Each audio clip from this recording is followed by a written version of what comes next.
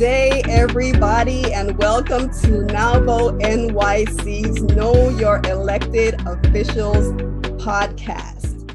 The purpose of this podcast is for us, businesswomen, entrepreneurs, to get to know our elected officials and vice versa, to have our elected officials get to know us too.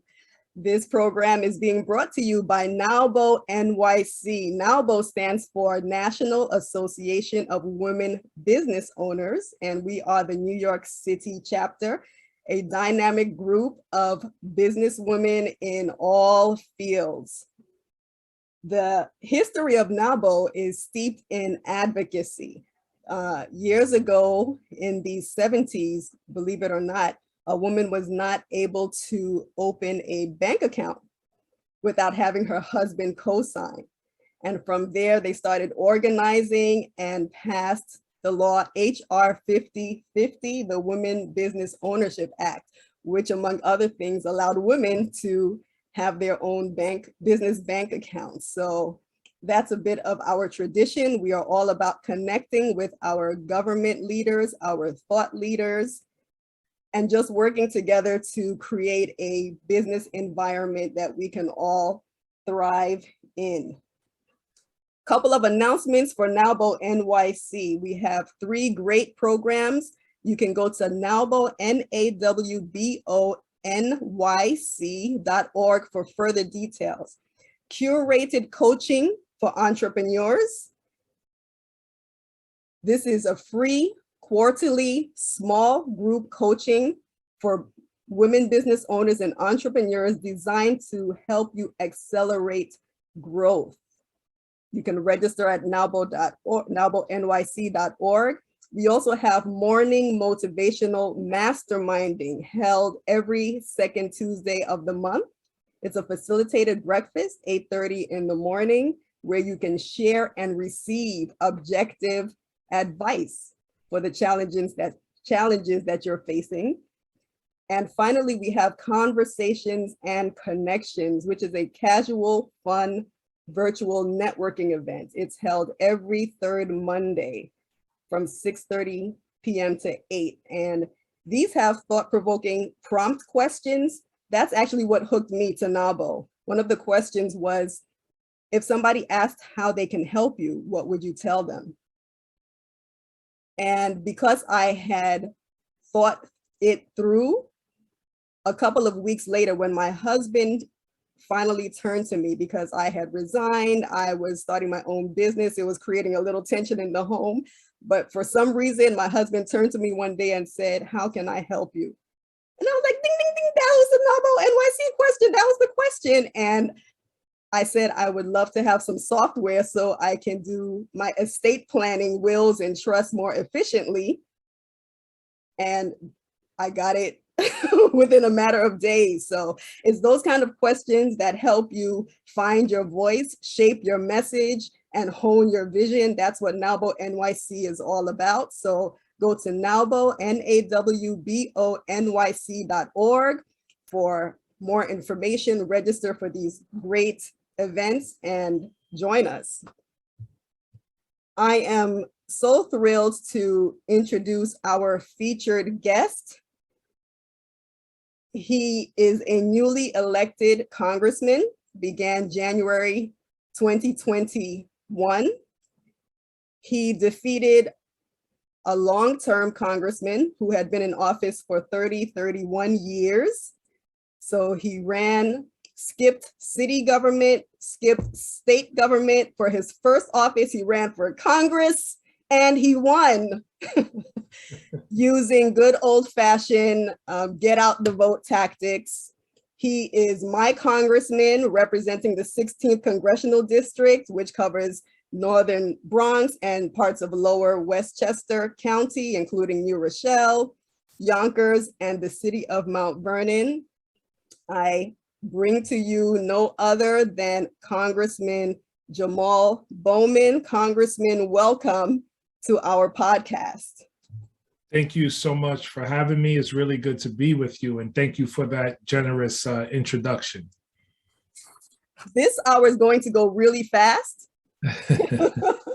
because I listened to some of your podcasts and just read Uh-oh. up about you. Uh-oh. And you are a wealth of information. And the purpose of this podcast, there's a place in government where you can bring your concerns to your elected officials and your complaints and things like that.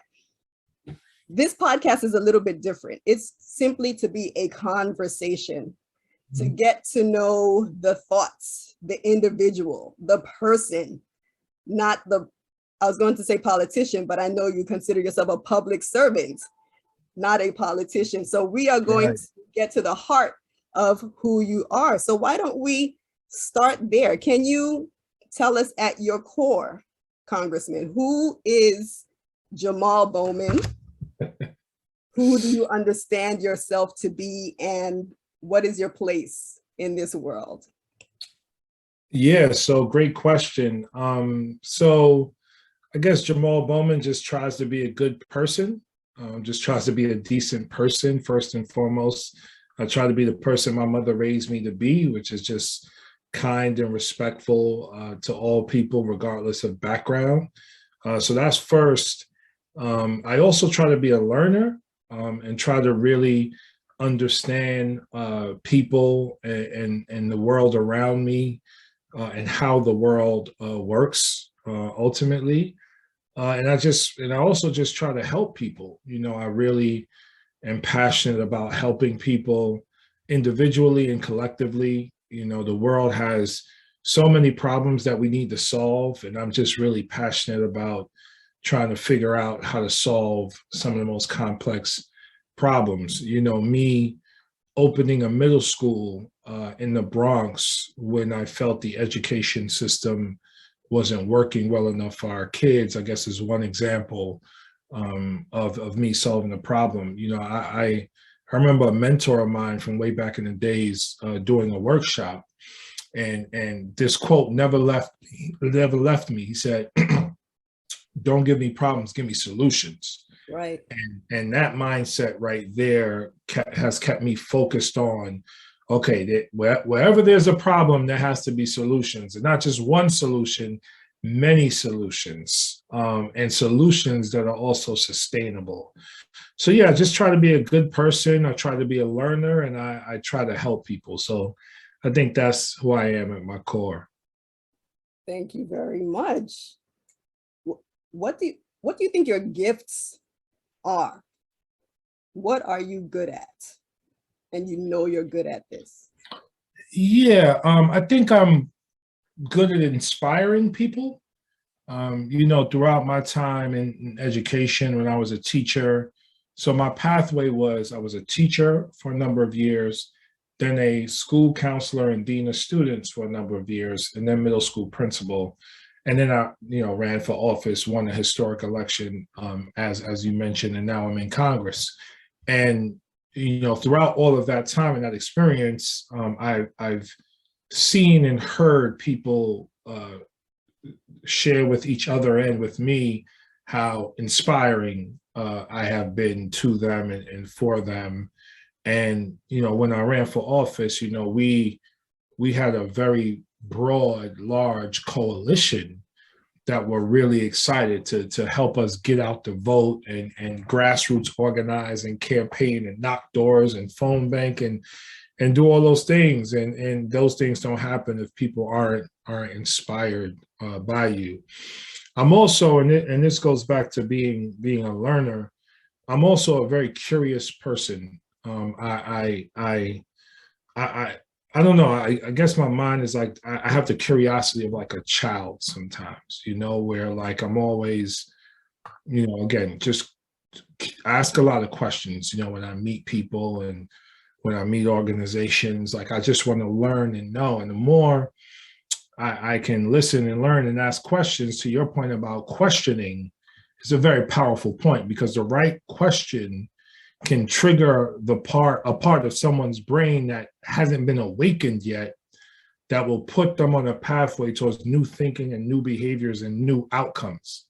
So my curiosity and the questions that come with that, some have considered it to be a superpower as well. And connected to that, just one quick last thing, I try to I've been in leadership for a very long time.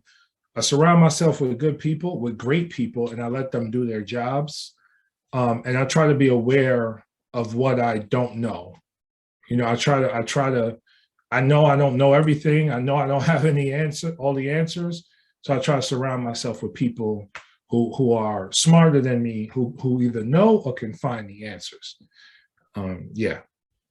And when you mention just being around people who provoke different thoughts and make you see things in a new way, that's what this podcast has become to me. And that's what I'm encouraging all listeners to do.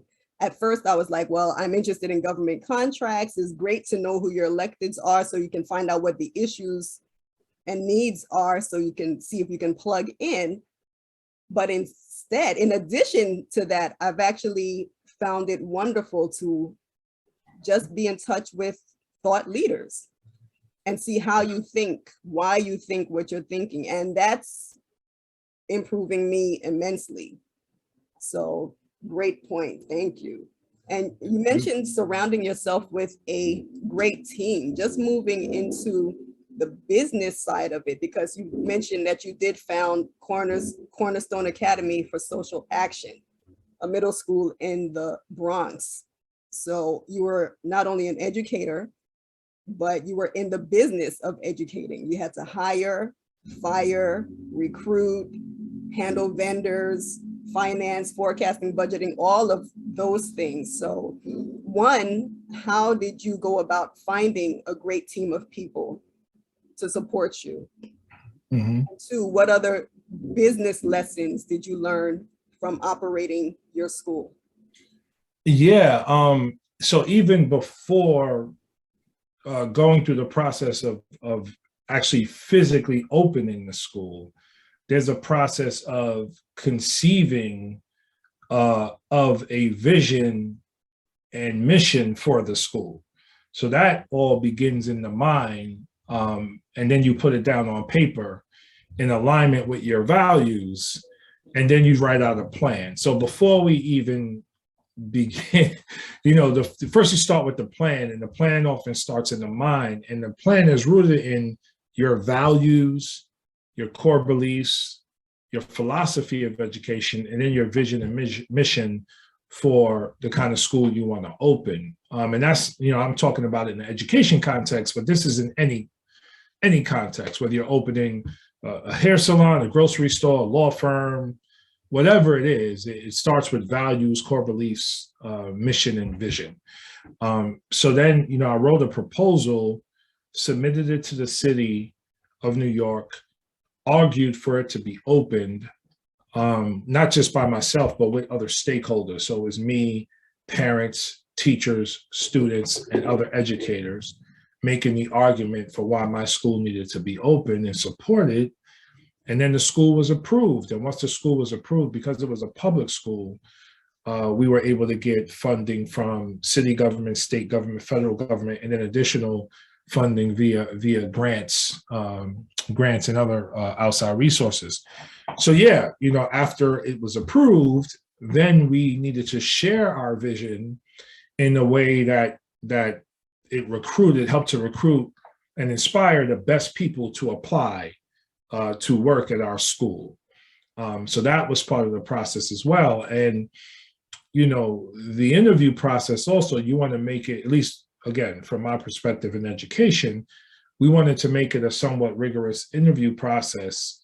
So, because we wanted people to understand that you have to endure the rigors of the work at this level in order for us to be successful as a school. It wasn't just resume, interview, you're hired. It was resume, phone interview. If you didn't make it past the phone interview, you wasn't going to come in for an in-person interview. But if you did well on the phone interview, then you came in for the in-person interview. The in-person interview had to go well, and then there was often a group interview. And then that group interview was like a fishbowl format to see how you respond to different case study scenarios. Because in schools, you're dealing with all kinds of scenarios, a kid with certain challenges, family with certain challenges, et cetera, et cetera. And then that was often followed up with a demo lesson, because I wanted to see how teachers engaged on their feet with a class of students. So that was the process, and that helped us to get, some great teachers. But it was also about their philosophy of teaching. We wanted them to really love teaching, love kids, and love community, and understand that this working in the school was about community transformation. It wasn't just a job. We didn't want to do school, business as usual in our school. It was about a mission to transform this community that has been historically neglected. So that's, we're a school of social action. That's what social action meant. And we did incredible work. There was one point over a period of 4 or 5 years where Black and Latino students in my school outperformed Black and Latino students in every middle school in New York City.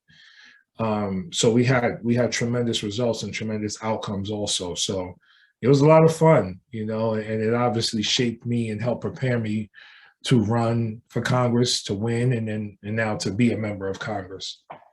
When you mentioned interviewing to make sure they could handle the rigors of the job, that's so true, because as I'm taking on more responsibilities, I'm finding, maybe it's just age, I need more sleep than I'm actually getting. It's starting to take a toll on my body. I need to exercise.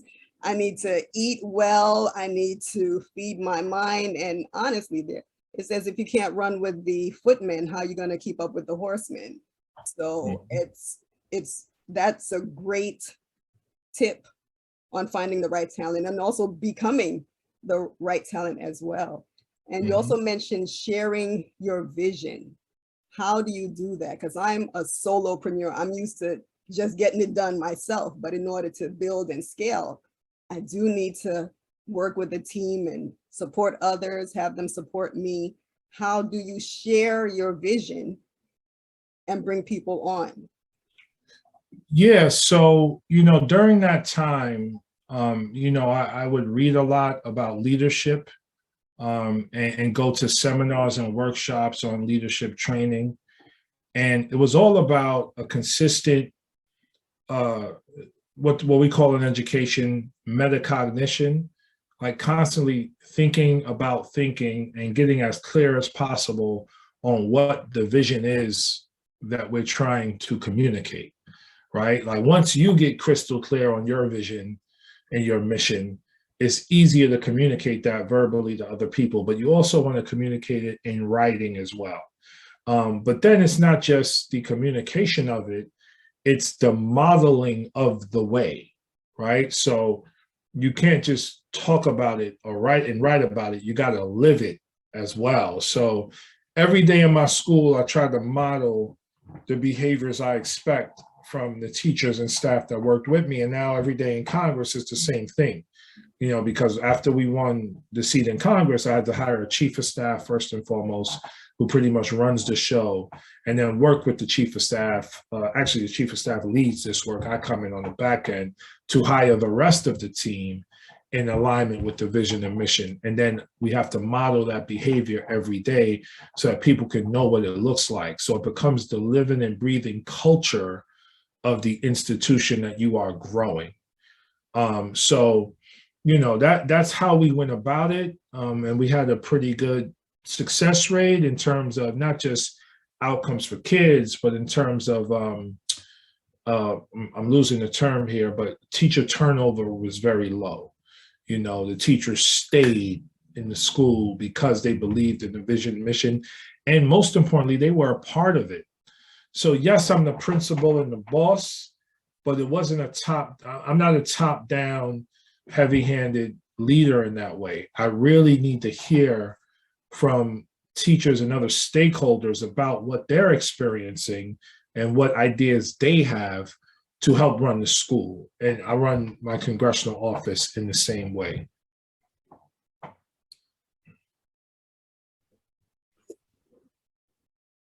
Your question triggered me. I want to ask, when you said you need to hear from others, I wanted to switch into like your public service and ask, well, how do you hear from your constituents? But just one last thing on the education piece, and you talked about modeling. And audience, forgive me, this is my congressman, and this is an example of just what conversations are like. So I hope I'm not being selfish, but I got to get this information. I'm a homeschooling mom. We talked briefly before we started recording of three, of a high schooler, middle schooler, and elementary schooler. And I do believe in modeling. Before I came on, I think my 12-year-old said he knew who you were already. I don't know if he had ever visited Amani charter school but somehow he knew who you were. So I like to bring them on and model and show them. But sometimes government service is abstract to teenagers. So any advice on how to get youngsters engaged with their government? What does that look like? What does government engagement look like for a teenager? Yeah, so I like to visit schools as much as possible. I haven't been to Amani Charter School yet, but I think I'm familiar with it. I may have spoken.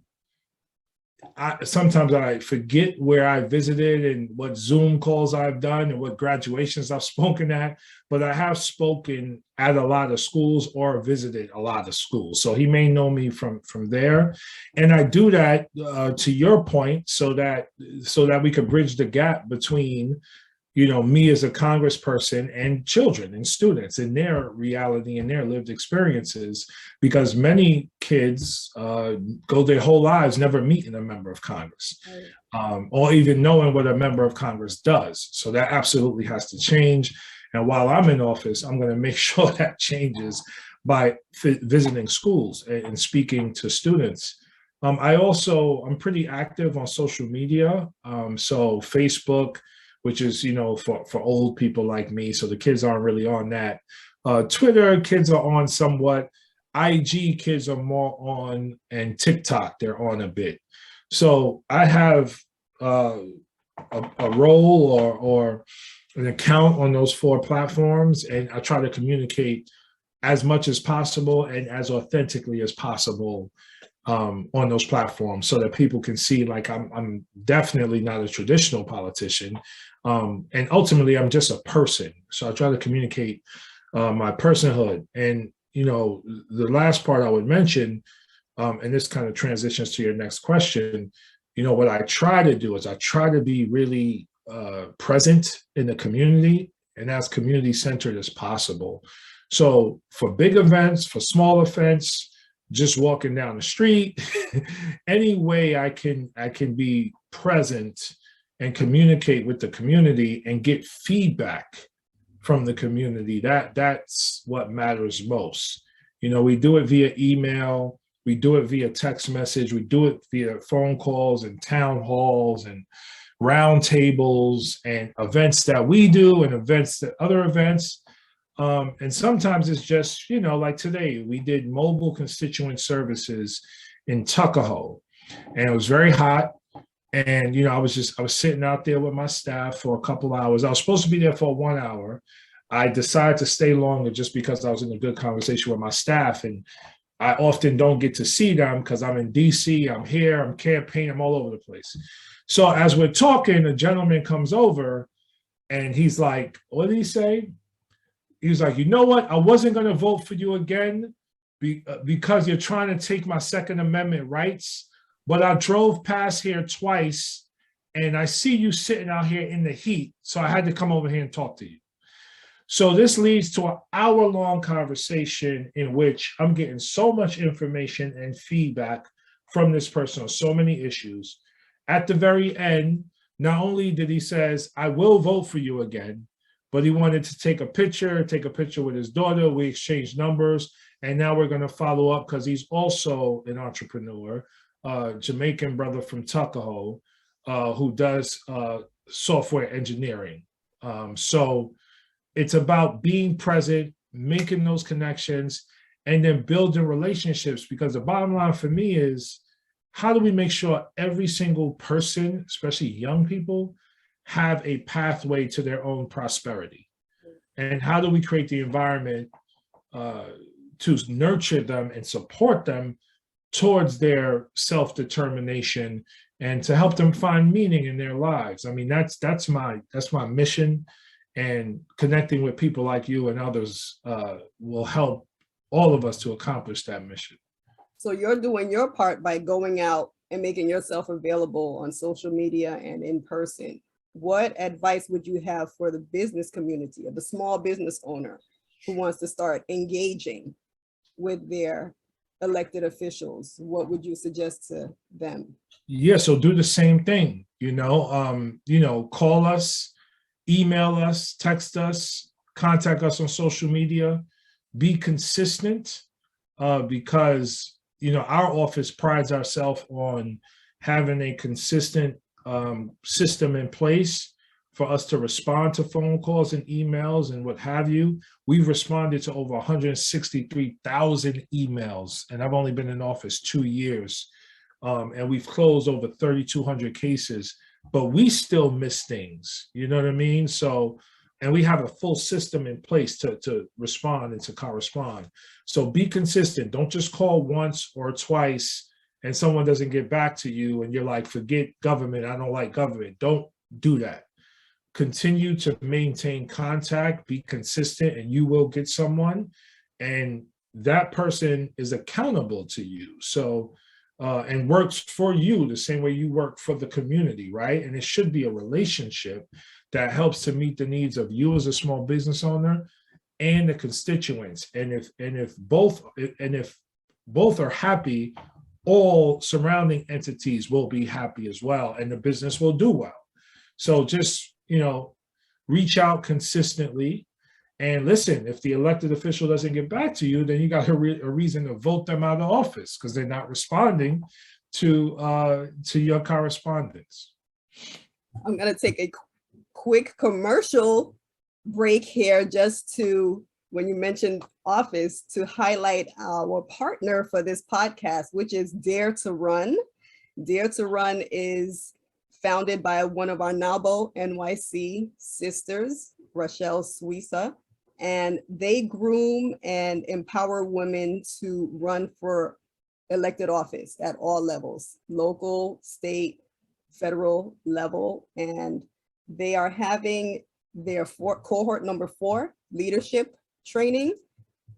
The deadline is August 15th. So if you are interested, you see how the congressman talked about his journey and his path. And right now he's in US Congress, no previous political experience, official experience. He didn't climb the ladder. He just saw a need, and even how he started his school. He saw a need, wrote a proposal, presented it, and he's being the change that he wants to see. So daretorun.org, check them out, become engaged, see what happens. That's right. Congressman, what advice would you have for someone who wishes to run for office? Just do it. I mean, if you if you feel, called to do that, or pulled to do that, or inspired to do it, just do it. But also question, be really clear on your why, and question your why, right? So, for me, I had been in education for 19 years. I had been a principal for 9 years. I just finished a doctorate in education leadership. I saw a gap in not just in Congress, but among elected officials.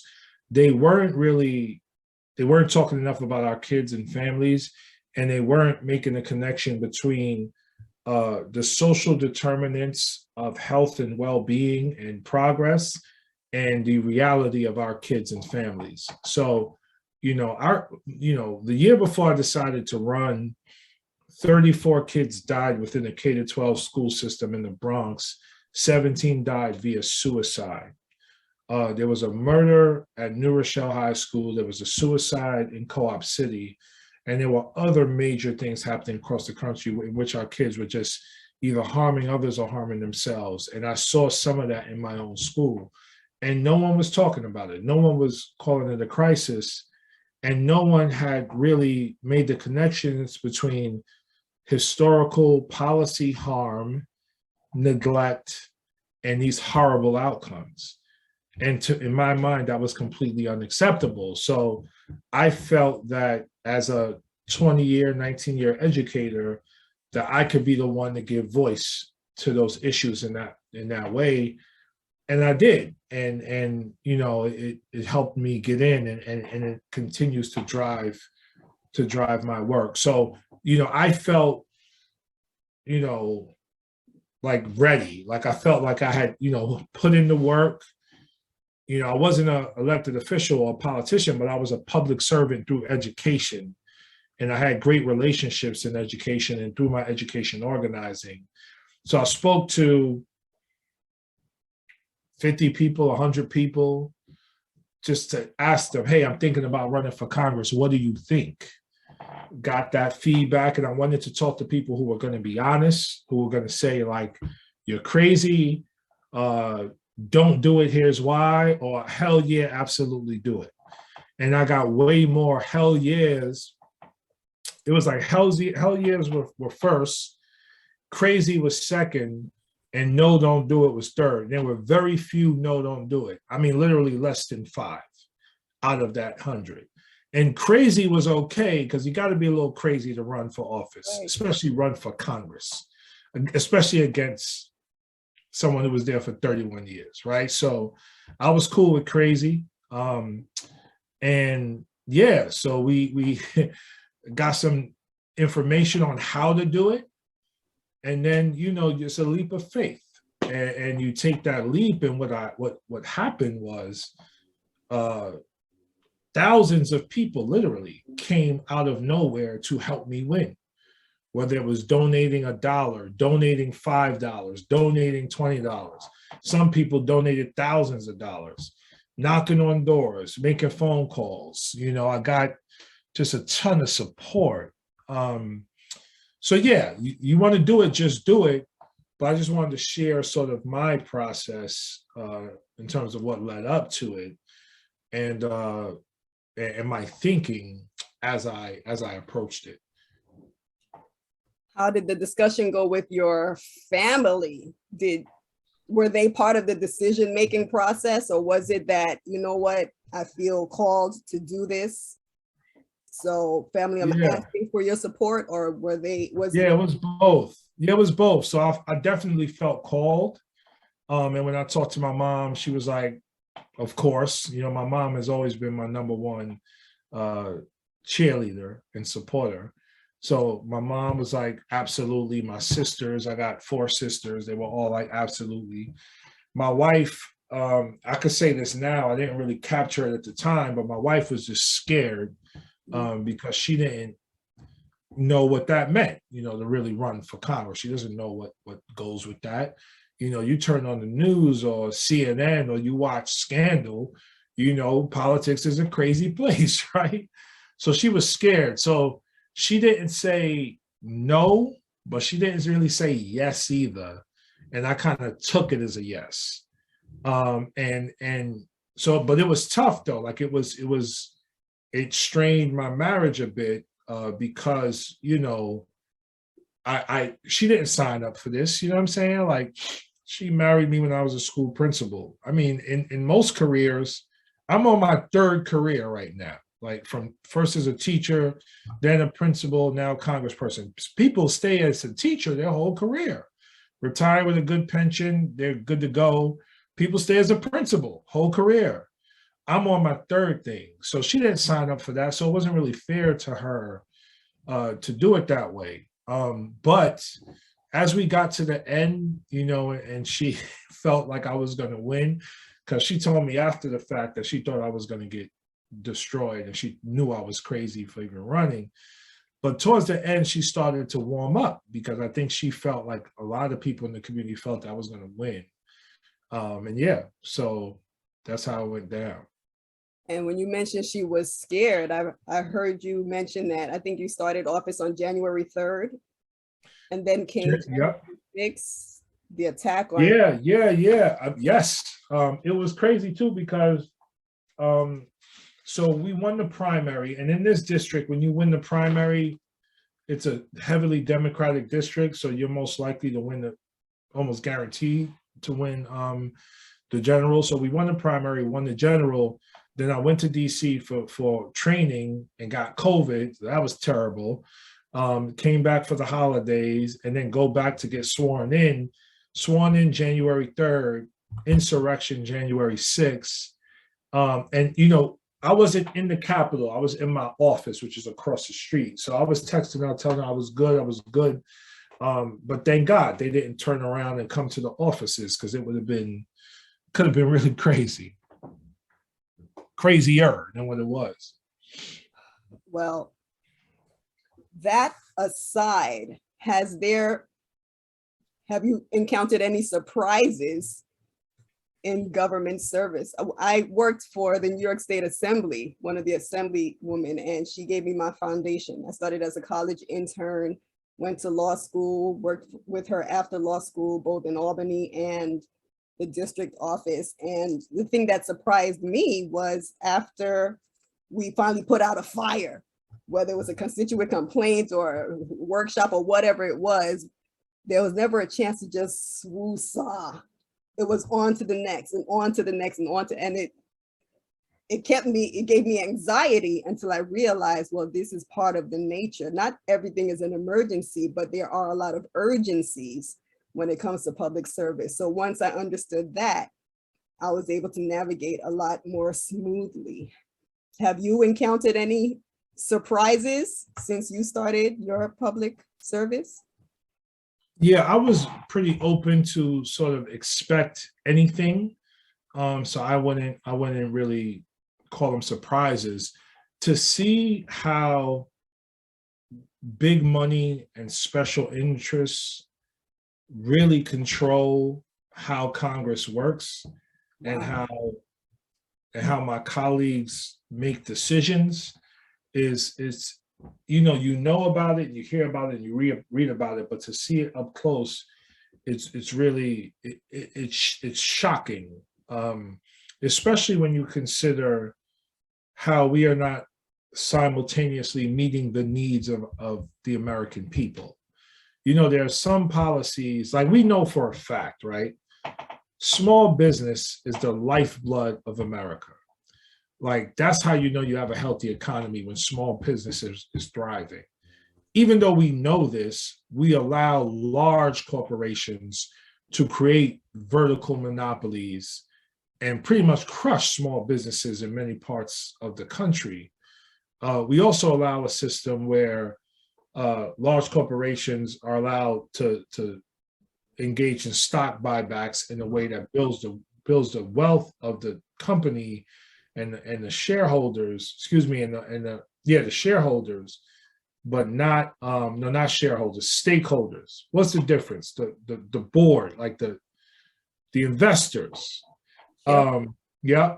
So it benefits them, but we don't hold them accountable for creating an ecosystem and pipelines of workforce development, which again is the lifeblood and health of the economy. So that's shocking. Like big money in politics, it's shocking to see that work, because there's not enough investment, in my opinion, in red line communities and communities like Mount Vernon. I think there needs to be a lot more.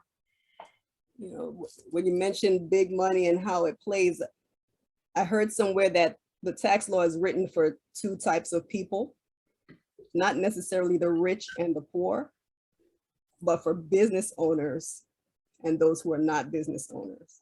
And that's one of the things I'm learning now. I often say, from preschool to law school, nobody ever taught me the things that I'm learning now as an entrepreneur. So for me, it's important as a woman, business ownership and entrepreneurship, and I'm bringing my kids up to be kidpreneurs. What are your thoughts surrounding financial literacy, business ownership, and entrepreneurship for women and our youth? Yeah, these should be core courses in school. I think beginning in grades 6 through 12, these all should be core courses, and everything kids learn in school should be in alignment with understanding the economy and the economic system and how it works. If we're not doing that, we're teaching in abstraction and it's harder for kids and the system to become more mission oriented and vision oriented. The school system is also designed in a way where it's 100 years old. It's over 100 years old. So it was designed for a time of the industrial age where kids were supposed to graduate and, work as sort of like a cog in the wheel, like a widget.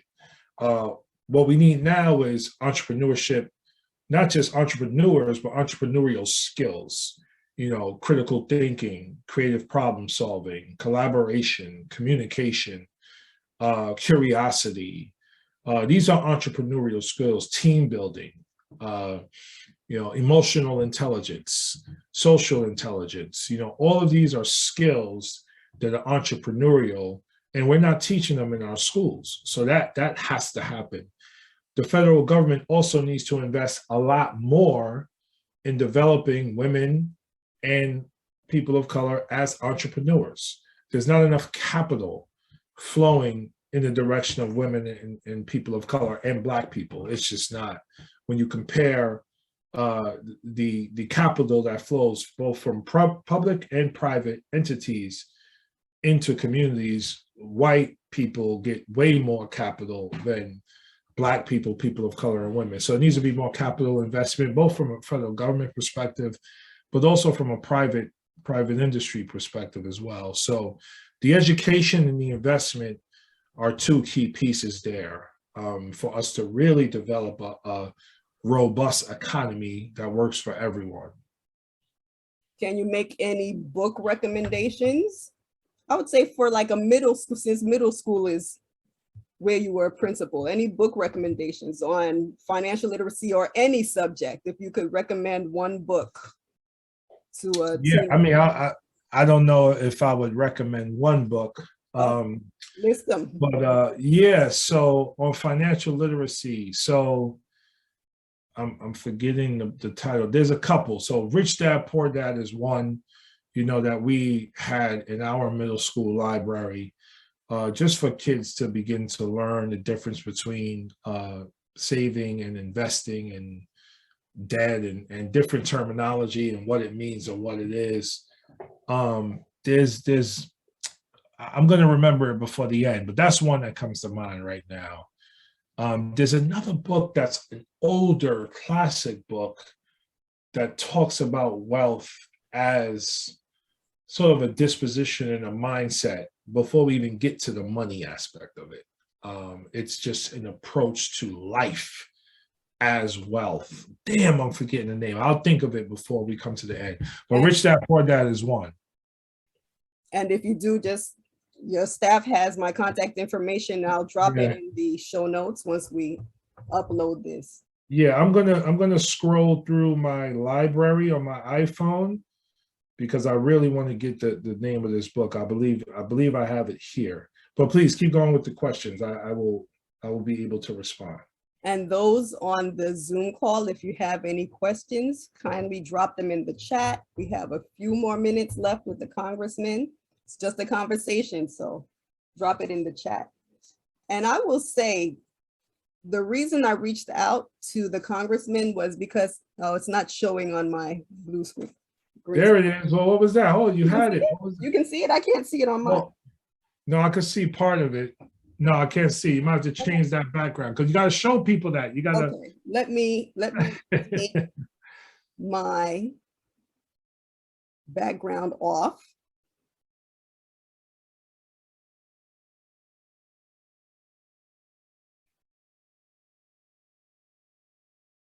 Okay, so there we go. This is my congressman, and good old-fashioned mailers. A lot of times, we don't read the newspapers as much as we used to, but this came in the mail. And, me with my government background, I actually opened it up and read it. And this is where I found that you were selected to serve as the chair of the Congressional Progressive Caucus Task Force on Education, Labor, and Small Business. And when I saw small business, that's when my antenna started wagging. And I was like, oh, this is brand new. It's like you have a chance to set a new agenda, what is the Progressive Caucus up to these days, particularly that task force on education, labor, and small business? And what do you hope to accomplish as chair? Yeah, so a couple things have already happened.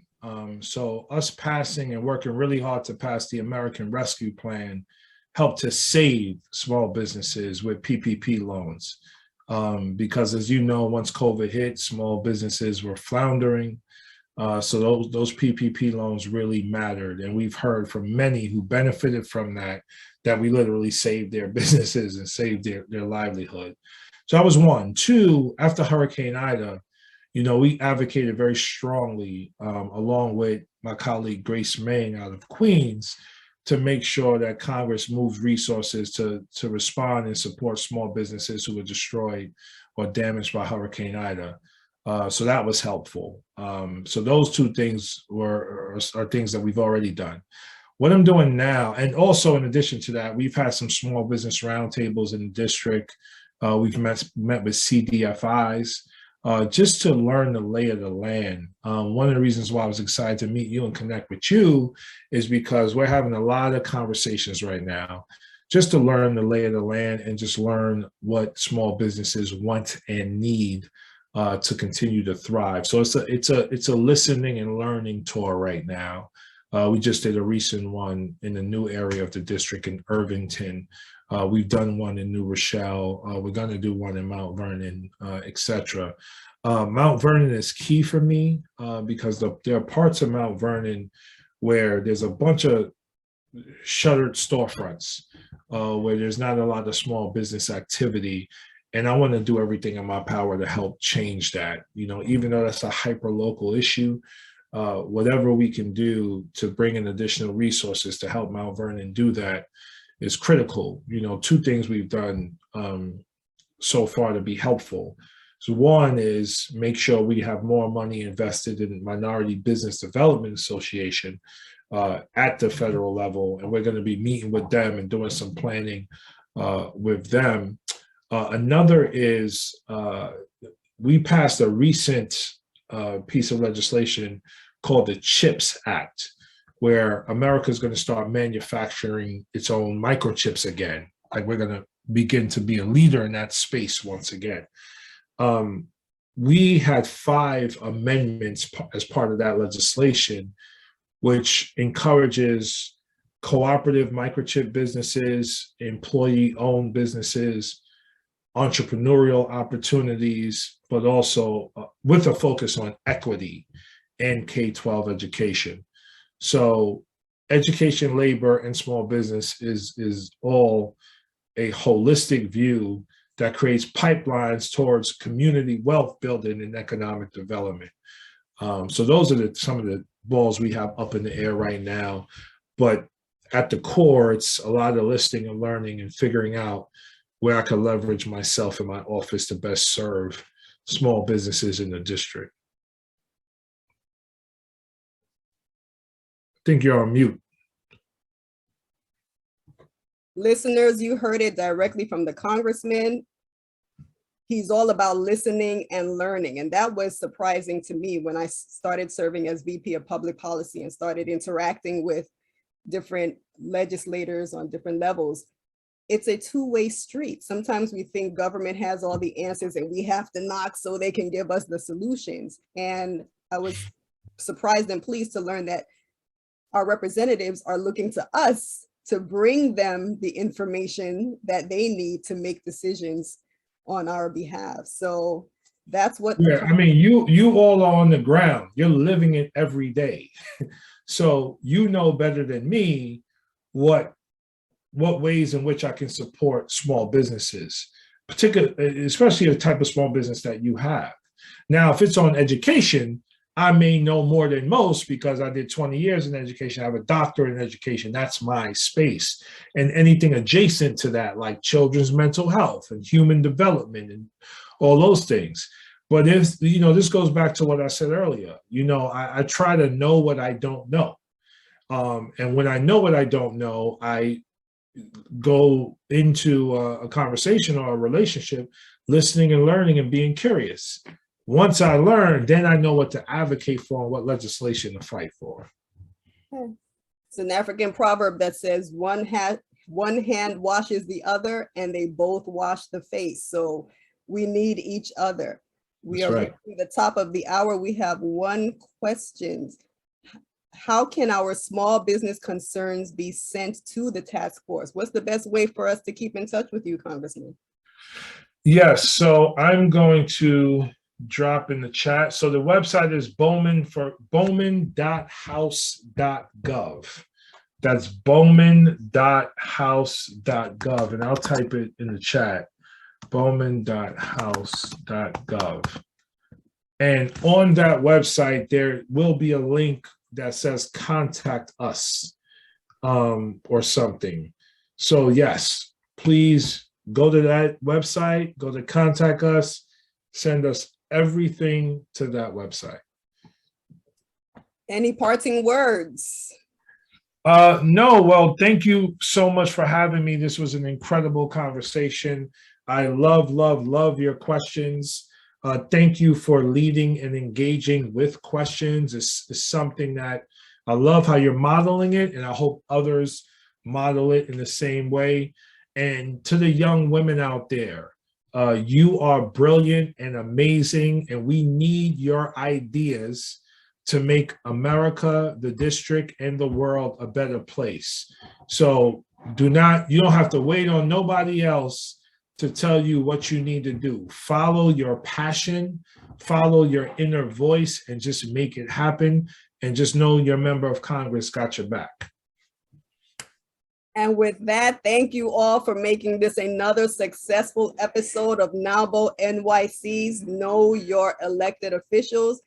Get your conversation started with your elected leaders as well. Congressman, thank you. Thank you to your staff, Dan, Malia, your entire staff is absolutely great. Thank you for leading from the top or from the supporting from the bottom. It seems that's your model. So thank you for being our guest. Look forward to our continued engagement. Of course. Thank you so much. Peace and love, everyone. Thank you. Thank you. Good night. Good night. Good night. Thank you. Good night. You're awesome. Thank you. You're awesome too. Okay, bye-bye.